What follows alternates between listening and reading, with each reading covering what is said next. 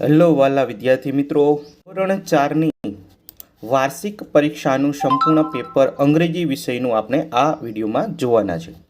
વિદ્યાર્થી મિત્રો, તમારું જે અંગ્રેજીનું પેપર છે એ 40 ગુણનું આવશે આ વર્ષમાં, બરાબર. અને આ અંગ્રેજીના પેપરની અંદર 40 ગુણનું છે પેપર, અને એમાંથી આપણે 40માંથી 40 મેળવવાના નક્કી કરવાના છે, કે ટાર્ગેટ છે આપણો 40માંથી 40 ગુણ આવવા જોઈએ. વિદ્યાર્થી મિત્રો, પ્રથમ સત્રમાં પણ આપણે જે પેપર મૂક્યું હતું એની અંદર 20થી 30 માર્કનું આરામથી બેઠે બેઠું પૂછાયું હતું. તો આશા રાખું છું આ પેપરમાં પણ તમારે હવે જે પરીક્ષા વાર્ષિક પરીક્ષાની 2025ની આપણે આ વાર્ષિક પરીક્ષા આવવાની છે તેનું સંપૂર્ણ પેપર તમે આ જોશો તો તેની અંદર તમારે 40 ગુણનું જે પેપર છે એમાંથી મહત્ત્વના બધા જ મોસ્ટ આઈએમપી પ્રશ્નો આ પેપરમાં રહેવાના છે, અને મોસ્ટ આઈએમપી પેપર રહેવાનું છે. તો 2 કલાકનો તમને સમય મળવાનો છે, અને તમારું પ્રકરણ છે, સિલેબસ છે એ 6 થી 10 યુનિટ સુધીના છે, અને 40 ગુણનું તમારું પેપર રહેવાનું છે. 2 કલાકનો સમય હશે. તો જોઈએ કેવા પ્રશ્નો પૂછાવાના છે. તો વિદ્યાર્થી મિત્રો જોઈએ, પહેલો પ્રશ્ન છે જેમાં 4 ગુણનો પ્રશ્ન છે અને 4 પ્રશ્નો રહેવાના છે, બરાબર. તો પહેલો પ્રશ્ન છે કે what did Coco suggest to all friend. તો જવાબ લખીશું.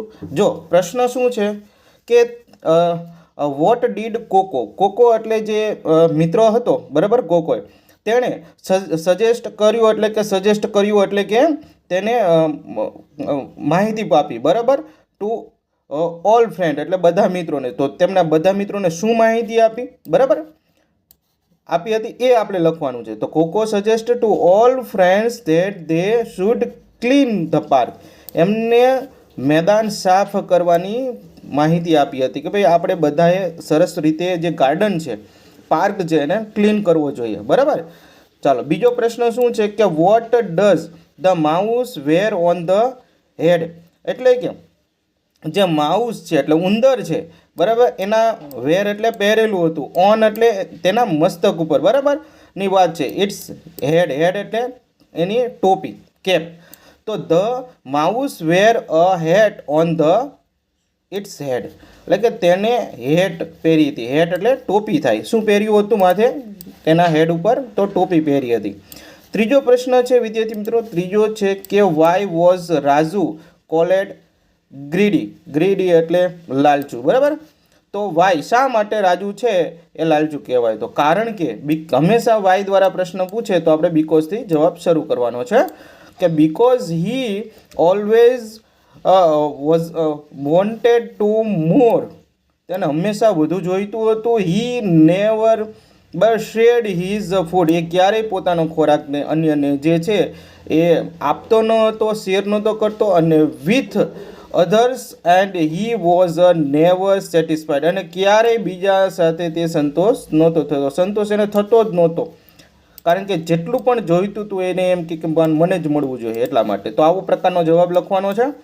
Vote did Madhav do when Raghu saved him. જ્યારે માધવ છે, બરાબર, રઘુને બચાવ્યો ત્યારે એને શું કર્યું? તો કે when Raghu saved him Madhav, બરાબર, engraved on stone today my best friend saved my life.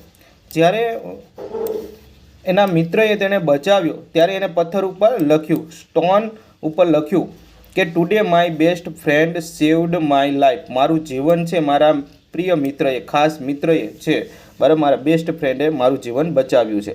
તો એને પથ્થર ઉપર લખ્યું હતું માધવે. ચાલો, ત્યારબાદ પ્રશ્ન નંબર 2 પૂછાશે, જે 2 ગુણનો છે, કે આપેલા વિકલ્પમાં યોગ્ય વિકલ્પ પસંદ કરીને ઉત્તર લખવાનો છે. પહેલો પ્રશ્ન છે કે તેનાલી રામન ન્યૂ, બરાબર, that camel leg was hurt by looking at. ભાઈ હર્ટ એટલે વાગવું થાય, બરાબર, અને લેગ એટલે પગે વાગ્યું હતું. તો કયા પગે વાગ્યું હતું તમને ખબર છે, બરાબર. અને શું થયું હતું? તો એ જે વાગેલું હતું એને કઈ રીતના જોયું એને? તો કે જો its footprints on the ground એટલે ઓપ્શન બી. તેને જમીન ઉપર જે ફૂટપ્રિન્ટ એટલે એની જે કહેવાય પદચિહ્નો હતા, બરાબર, એના ઉપરથી ખ્યાલ આવ્યો, પગની જે છાપો હતી એના ઉપરથી. ત્રીજું છે કે the camel eaten leaves only for the one side because head, બરાબર, કારણ કે તેણે શા માટે? એમ કે એક જ સાઈડના જે પર્ણ ખાધ્યા હતા. તો આપણે જવાબ બી આવશે બ્લાઇન્ડ આઈ, કારણ કે એની એક આંખ કેવી હતી? બ્લાઇન્ડ હતી. બ્લાઇન્ડ એટલે આંધળી હતી, બરાબર. એને એક આંખે દેખાતું નહોતું, એક આંખે આંધળો હતો. ચાલો નેક્સ્ટ જોઈએ. વાક્યો વાંચીને ટ્રુ અથવા ફોલ્સ લખો. તો પહેલું જોઈએ કે woman did not have any, બરાબર, કટ ધ લોન. તો આ વાક્ય સદંતર કેવું છે વિદ્યાર્થી મિત્રો? ખોટું છે, બરાબર. ચોકડી નથી તમારે કરંટ, ટ્રુ અને ફોલ્સ લખવાનું જ છે. ઓકે, ચાલો બીજો. The boy was ready sweep the porch and veranda. તો એમાં આવશે ટ્રુ, બરાબર, કારણ કે છોકરો તો તૈયાર જ હતો. The grocery stores owner was listen to the conversation. તો એમાં આવશે ટ્રુ. હા, બધું જ એ ગ્રોસરી સ્ટોરવાળો છે એ છોકરાની વાત સાંભળતો હતો. ત્યારબાદ the woman offered to job for boy. એક જે સ્ત્રી છે જેને ફોન કર્યો હતો છોકરાએ, બરાબર, એને જોબની ઓફર કરી. ના, એને કહ્યું કે ભાઈ મારી પાસે ઓલરેડી એક બાળક છોકરો છે જ તે, અને વ્યવસ્થિત એનું કામ સંતોષકારક લાગે છે, એટલે કે એને જોબની ઓફર નહોતી કરી. ચાલો હવે પ્રશ્ન નંબર ડી છે, એ પણ 2 ગુણનો છે, એટલે તમારે અહીંયા 1 લખશો, બરાબર, તો અડધો ગુણ મળવા પાત્ર છે. એ ધ્યાન રાખવાનું છે કે આપણે બધા લખવાના થશે.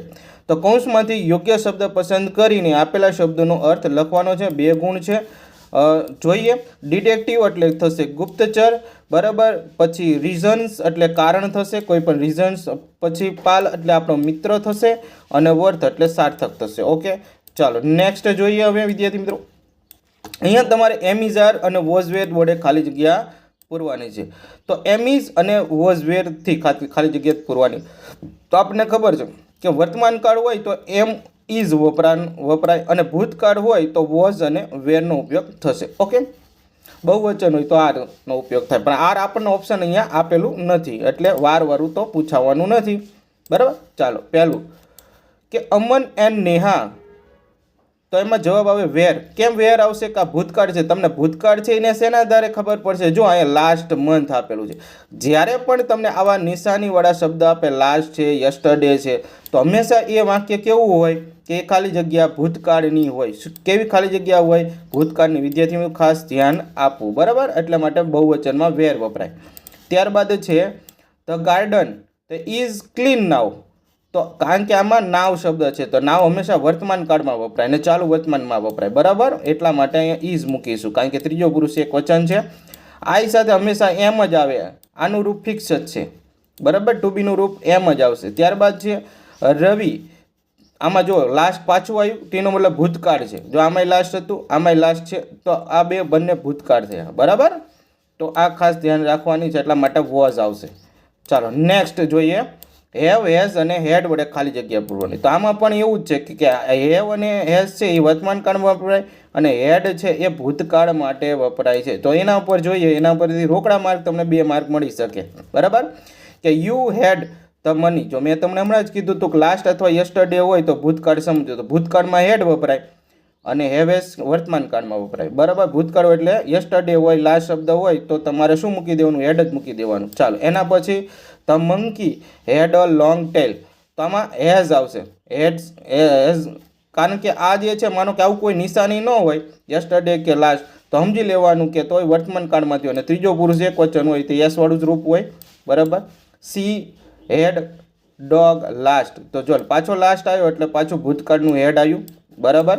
અને એના પછી ચોથો છે ધે હેવ બિગ હાઉસ નાવ. તો નાવ હંમેશા વર્તમાન માટે વપરાય, બરાબર. એટલા માટે અહીંયા હેવ આવ્યું. રેડી? તો હેવેઝ આવી રીતના નક્કી કરવાનું, તમને 2 માર્ક રોકડા મળી જશે. તો વિદ્યાર્થી મિત્રો, હવે આપણે વાત કરીએ કે પ્રશ્ન નંબર સીનો, કે કૌંસમાં આપેલા ક્રિયાપદો ચાલુ વર્તમાન કાળના રૂપો વડે ખાલી જગ્યા પૂરો. તો ચાલુ વર્તમાન કાળના રૂપો વડે કઈ રીતના ખાલી જગ્યા પૂરવાની? કે ધ બોયઝ આર સ્વિમિંગ. તો અહીંયા યાદ રાખવાનું છે કે અહીંયા તમારે છે ડબલ એમ થઈ જશે અને આઈએનજી લગાડવાનું છે. આઈએનજી, અને ખાસ યાદ રાખવાનું કે ટુ બીનું રૂપ સાથે આઈએનજી વાળું ફોર્મ મૂકવાનું છે. તો અહીંયા સ્વિમ છે તો સ્વિમિંગ બની જશે. એવી જ રીતના બીજી ખાલી જગ્યામાં છે મોહન ઇઝ બેટિંગ, આમાં પણ સ્વર છે આગળ, એટલા માટે ડબલ ટી સાથે આઈએનજી આવશે, બેટિંગ થઈ જશે. અને ત્રીજી ખાલી જગ્યામાં આઈ સાથે એમ વપરાય ટુ બીનું રૂપ, અને રીડનું આઈએનજી સાથે રીડિંગ કરી નાખવાનું. ઓકે, તો આના 3 માર્ક છે, રોકડા મળી જવાના છે. ચાલો, એના પછી પ્રશ્ન નંબર ડી છે, કૌંસમાં આપેલા ક્રિયાપદો સાદા ભૂતકાળના રૂપો વડે ખાલી જગ્યા પૂરો, એટલે કે ભૂતકાળનું રૂપ બનાવવાનું છે. તો વી સાથે છે, આમાં વી હોય કરતા હોય ગમે ત્યાં, પણ ભૂતકાળનું જે આ જે રૂપ છે એનું ભૂતકાળનું રૂપ બનાવવાનું છે. તો કે ફ્લાય છે, ફ્લાયનું ભૂતકાળનું રૂપ ફ્લ્યુ થાય. બરાબર, ખાલી જગ્યા તમારે કંઈ બીજું વિચારવું નથી. ટીચ છે, ટીચનું ટોટ થાય. ત્યારબાદ ક્લેપ છે, એનું ક્લેપેડ થાય.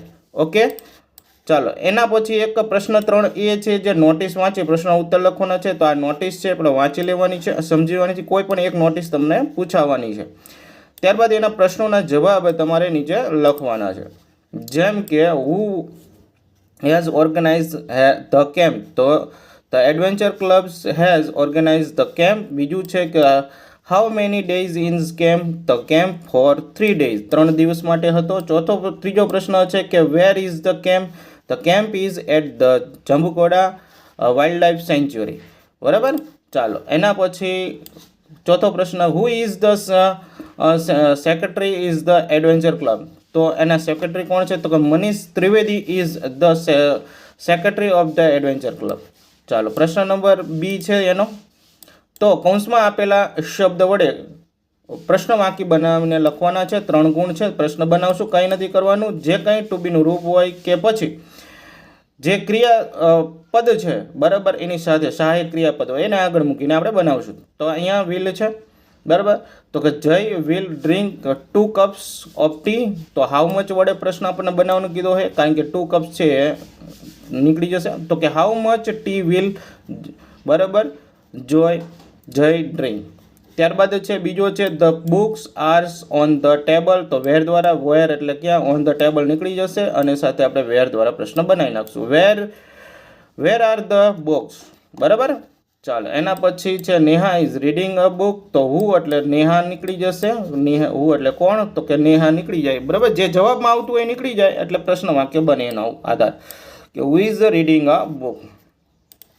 ત્યારબાદ છે પ્રશ્ન નંબર સી, રેખાંકિત શબ્દોનો ઉત્તર મળે તે રીતે પ્રશ્નના વાક્ય બનાવો. તો આ 3 સી અંદર આપવામાં આવ્યો છે. 3 ગુણ છે કે Hira will go home at 12 PM. તો અહીંયા તમારે લખવાનું છે 12 PM ની જગ્યાએ, કારણ કે વેન દ્વારા પ્રશ્ન બનશે કે વેન વિલ ધ, બરાબર, હીરા ગો હોમ.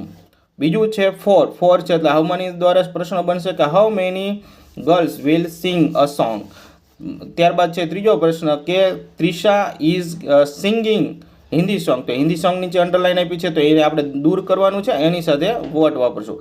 તો કે what is the Trisha singing. બરાબર, ચાલો. ત્યારબાદ પ્રશ્ન 4 છે, કોઈ પણ એક વિષય ઉપર તમે 5 થી 7 વાક્ય લખશો. તો આપણે જ્યારે સ્વપોથીની અંદર જ્યારે પૂરાય તો આ બધા નિબંધ આપણે લખાવેલા છે, તમે જોઈ અને ત્યાંથી લખી શકો છો. બરાબર, ગમે તે નિબંધ છે તો કયા કયા નિબંધ છે એ પણ જોઈ લો.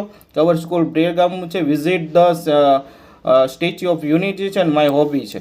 તો માય હોબી મોસ્ટ આઈએમપી છે, જો એ પૂછાય તો તમને આવડવું જોઈએ કે મારો શોખ. બરાબર, અને બી પ્રશ્ન છે જે 5 વાક્ય છે આ ચિત્રના આધારે લખવાના છે. તો અહીંયા ચિત્ર આપેલું છે, આપ જોઈ શકો છો, અને સાથે સાથે અહીંયા વાક્યો પણ છે. તો આ જોઈ શકો છો, આ વાક્ય આવી રીતના બનાવવાના છે. તમે ક્રમ મુજબ પણ 1 2 3 4 5 6 7 8 એવી રીતના ક્રમ મુજબ પણ વાક્ય બનાવી શકો. તો આમ કરીને તમારું 40 ગુણનું પેપર વિદ્યાર્થી મિત્રો પૂરું થાય છે. આ 5 ગુણમાં પૂછવાનું છે, ખાસ યાદ રાખજો ચિત્રવાળું. તો એમાં વધારે મહેનત કરવી, કારણ કે આમાં જોઈને જ આપણે વાક્ય બનાવતા શીખવાનું હોય છે.